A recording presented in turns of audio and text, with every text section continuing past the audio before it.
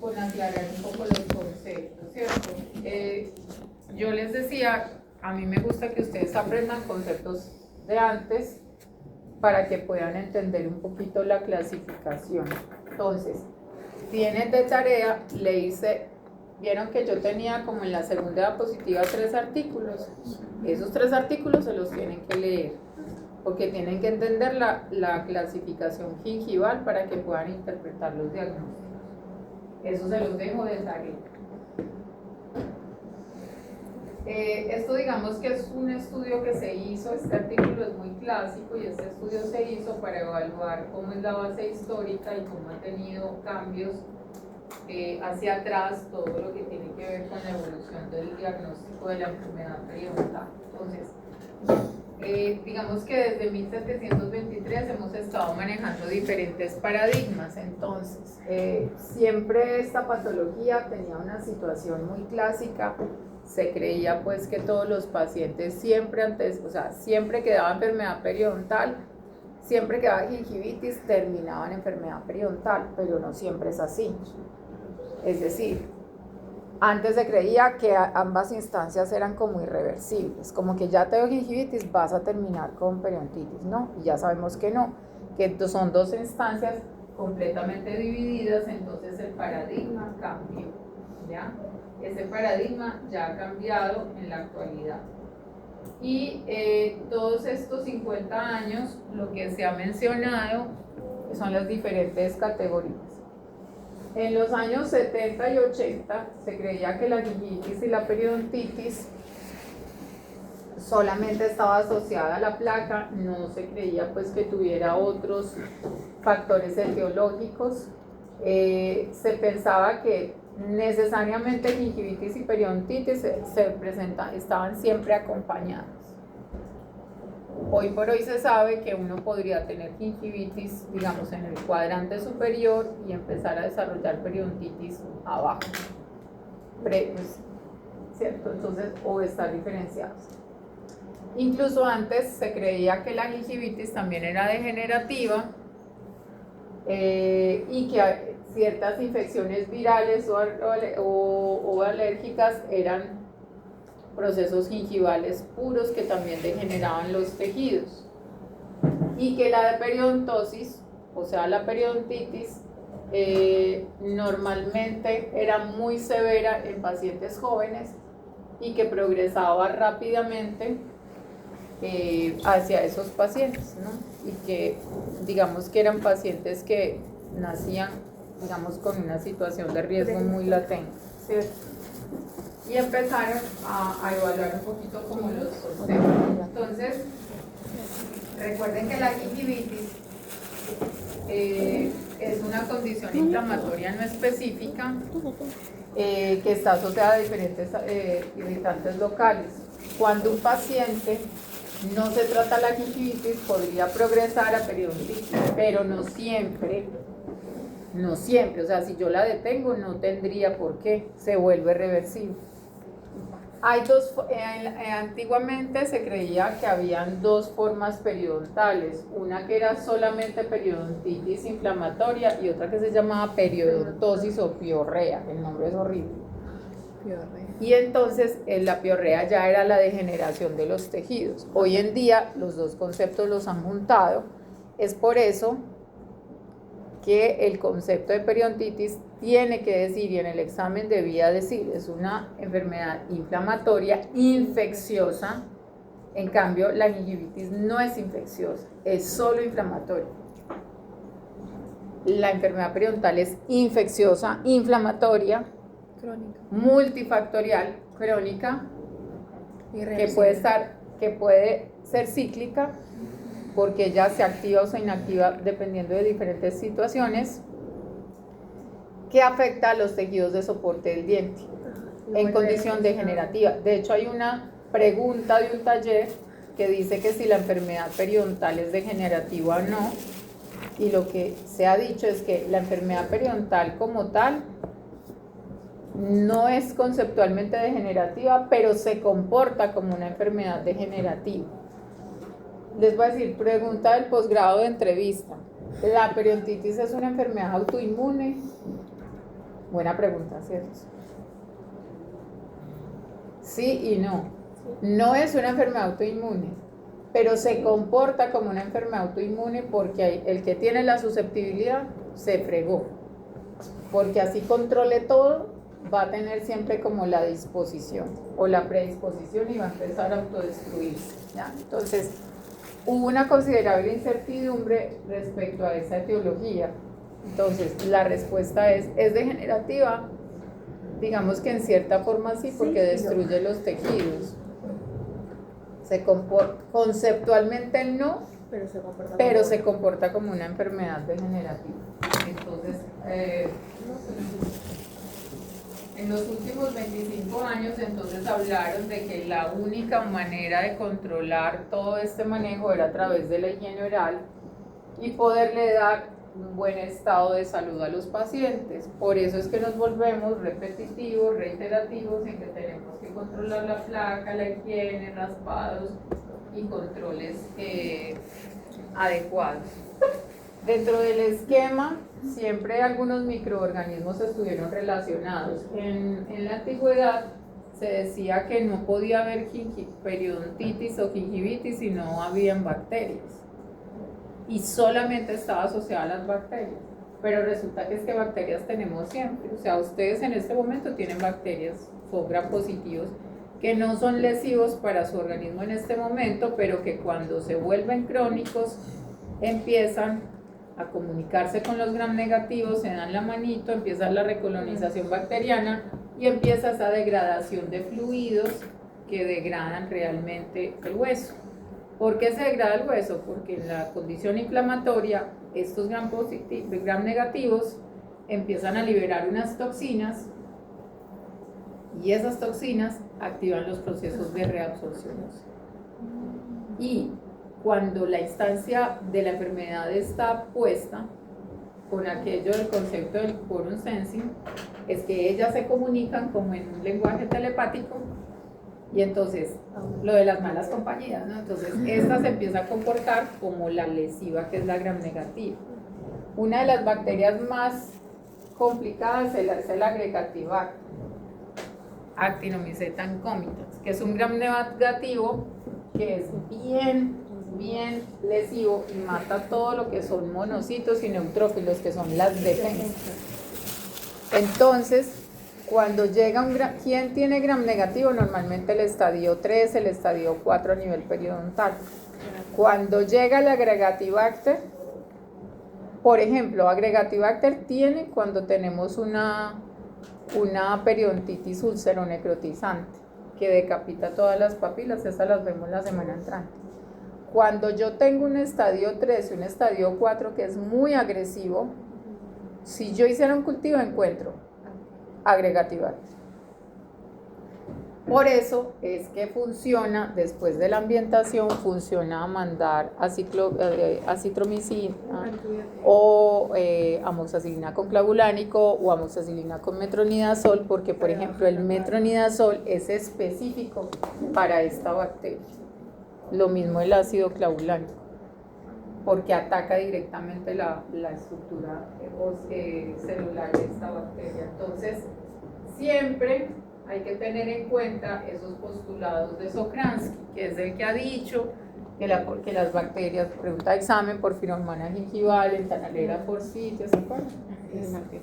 Que por histología también la saben. Entonces, la eliminación de esos microorganismos era la respuesta pues que nosotros teníamos para evitar que se instaurara la enfermedad periodontal. Por eso hay que raspar y alisar, porque si nosotros no desorganizamos esa colonia, ella se va a instaurar y es como fuerza de población existente. Hagan de cuenta un sindicato que se van con hachas, machetes, no sé, a acabar con todo. Hagan de cuenta. ¿Cierto? Entonces, lo que nosotros hacemos es que con el raspado desintegramos todo ese grupo y después es como si llegara una barredora, que es el antibiótico, y termina de limpiar todo. ¿Ya? Por eso hay que raspar bien y alisar bien. Entonces, miren acá lo que dice, el factor de virulencia para iniciar a agravar la enfermedad. Vuelvo y repito, las bacterias que más virulencia tienen dañan a las otras. Es por eso que si yo dejo que los gram negativos se instalen, se me aumenta el factor de virulencia y eso hace que todo se vuelva más complicado, porque todos empiezan a comportarse como las malas compañías de una manera más tóxica.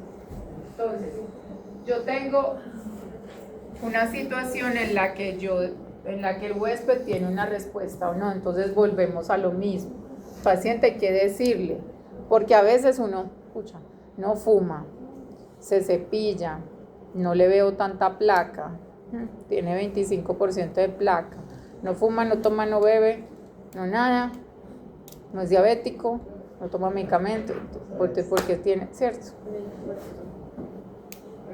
Sencillamente porque el huésped está ultra sensible. O sea, hay personas que tienen el gen del polimorfismo IL1 genéticamente alterado.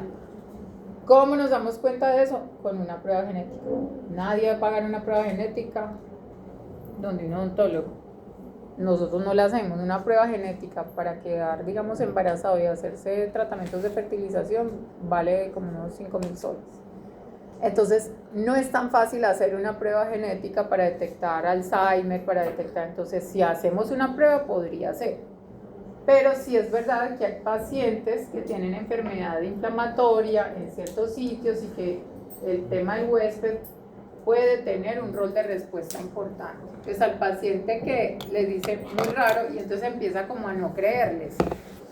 Entonces, no, sencillamente Dios, mira, estas son las condiciones asociadas, seguro que por ahí te has descuidado en la higiene, pero hay personas más susceptibles. Esto es como al que le dio cáncer y al que no le da cáncer, con los mismos factores de riesgo en sí, porque les cuento, yo también tengo pacientes fumadores y perfectos. ¿Por qué? Porque así es la biología, a pesar de que las estadísticas dicen que el 80 y 90 y tanto por ciento de la población puede desarrollar enfermedades periodontales individuales, a este Pepito Pérez no le dio. ¿Por qué? Porque pues tendrá un sistema inmunológico maravilloso que ataca, que tiene una respuesta maravillosa y no tiene ningún problema. Entonces, siempre va a haber una condición de riesgo, que ahí ya vamos a cerrar, y las etapas siempre van a ser de esta manera, ¿no? Siempre hay una etapa inicial, un estadio temprano, un estadio establecido y una lesión avanzada. Entonces, chicos, en estas etapas posiblemente está en enfermedad gingival. Pero si nosotros ya dejamos que se instaure la patología en una periodontitis estadio 1, estadio 2, puede pasar muy fácil acá. Porque aquí, en la avanzada, ya es degenerativo, que es cuando vemos esos estadios 4 que ya decimos, pucha, hay que sacar todo, prótesis total y después miramos si se pueden implantar, ¿cierto? Entonces hay que evitar que el paciente llegue a esta zona, ¿ya? La semana entrante vemos un poquito como de la parte histológica porque ese tema es un poquito más pesado. Vamos a dejar acá para instruir un poquito lo de ahorita. Pero los dejo ahí como con la inquietud porque la otra semana ya vemos un poquito más de clasificación. No los quiero confundir con la clasificación de la enfermedad periodontal, sino que quería introducirles un poquito cómo era históricamente el tema de la gingivitis y la periodontitis, ¿no? Que antiguamente se creía también que era muy condicionada a la edad, incluso se creía que la periodontitis antes se llamaba periodontitis del adulto, luego pasó a ser periodontitis crónica y ahora está por estadios, ¿cierto? Pero la gingivitis nunca tuvo una connotación como aparte. Es más, dentro de la clasificación de la enfermedad periodontal, ni en los años 80, ni en los años 90, ni en los 70, ni en los 80, ni en los 90, había una clasificación aparte de la enfermedad gingival. No, era como gingivitis, punto final, se acabó, y periodontitis. Y ni siquiera decíamos si era asociada a placa o no, era gingivitis, porque se creía que estaban como pegadas las dos enfermedades. Hoy en día, la clasificación que les tocó a ustedes 2017 es una clasificación que cogió aparte la gingivitis y la puso gingivitis asociada a placa, bueno, salud gingival, asociada a placa y la no asociada a placa. Normalmente la no asociada a placa es la que está asociada a toda esa mano de síndromes, patologías, alergias, virales, lo que ya les expliqué, fúngicas. Así que hay que investigar el paciente por ese lado. Y las asociadas a placa, pero no quiere decir que, por ejemplo, yo puedo estar embarazada y tener una susceptibilidad y tener gingivitis asociada al embarazo. Pero si no me cepillo, ¿qué pasa? Se vuelve una asociada. Peor. Entonces, esa es una gingivitis asociada a placa con una exacerbación por compromiso gestacional, digamos así, o asociado al embarazo, como quieran poner, ¿ya? Entonces, es ahí como donde se parametriza la diferencia. Y aparte está la clasificación periodontal. Son dos grandes grupos, ¿listo? Entonces, para no confundirlos, no quiero irme hacia la parte periodontal todavía, lo vamos a ver la semana entrante, pero necesito que se lean los 3 artículos, ¿ya? Y por ahí que les hago 2 o 3 preguntitas la semana antes, que no los quiero como tanto examen también, me da pesar, pero sí les voy a hacer 2 o 3 preguntitas muy capciosas, pues para ver si sí leyeron los artículos, ¿ya? Pero obviamente los tienen que leer para la sustentación final del caso, porque ahí nosotros sí los sacudimos con teoría, porque ahí sí los ponemos a contestar oralmente lo de la gingivitis, y por qué hay, por qué ve, pues ahí sí les preguntamos temitas proinflamatorios y todas esas cosas. Y obviamente deben poner la evidencia de la literatura en su PPT, donde describa pues toda esa información, ¿ya? Entonces me prometen que leen los 3 artículos. Los artículos se los cuelgo al final del día, porque pues estamos todo el día acá, pero sí me prometen la lectura. Bueno, el examen, no se me paren porque no he terminado.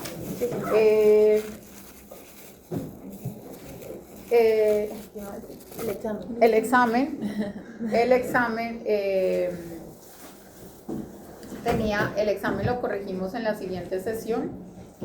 El examen tenía una parte histológica, otra parte como de periodontograma, otra parte un poquito más conceptual, y al final habían unos ejercicios de periodontograma, estaban muy fáciles. Espero pues que hayan fluido con el examen. Ahorita resolvemos las inquietudes de cada grupo, pero yo quedé contenta porque ahorita que estaba pues como hablando, muchos hacían como cara de o sea, que quiere decir pues que sí estaban como con los conceptos un poquito más claros, ¿ya?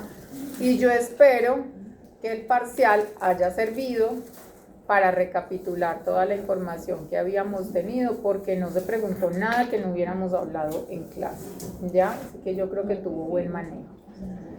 Normalmente mis exámenes son así, de repente, y que en el final les pongo un casito clínico chiquito, porque ustedes ya tienen que empezar a afinar un poquito el criterio. Entonces, como tienen que afinar el criterio, niños, tienen que leer los artículos, no todo lo da el profe, porque la lectura les ayuda a entender justamente la planificación de cómo interpretar y hacer ese criterio. Ustedes deben hacer un esfuerzo mayor que los actuales periodoncistas. Posiblemente muchos de ustedes no serán periodoncistas, pero sí deben ser odontólogos integrales que tengan la capacidad de entender para poder remitir, o por lo menos para poder orientar al paciente, ¿ya? Entonces, hoy vamos a iniciar una etapa bonita. Tal vez hoy solo hacemos algunas cositas pues como en la práctica de afinamiento y eso, pero chicos, la otra semana ustedes ya vienen a raspar y a alisar. Entonces, hoy podrían tener ciertas cositas ahí pendientes, sí, pero lo ideal es que hoy trajeran todo para chequearles todo, ¿ya?